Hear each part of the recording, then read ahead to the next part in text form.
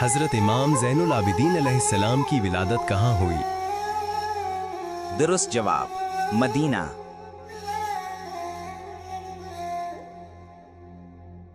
حضرت امام زین العابدین علیہ السلام کے والد گرامی کون تھے؟ درست جواب امام حسین علیہ السلام ہے۔ حضرت امام زین العابدین علیہ السلام کی مشہور دعاؤں کی کتاب کون سی ہے؟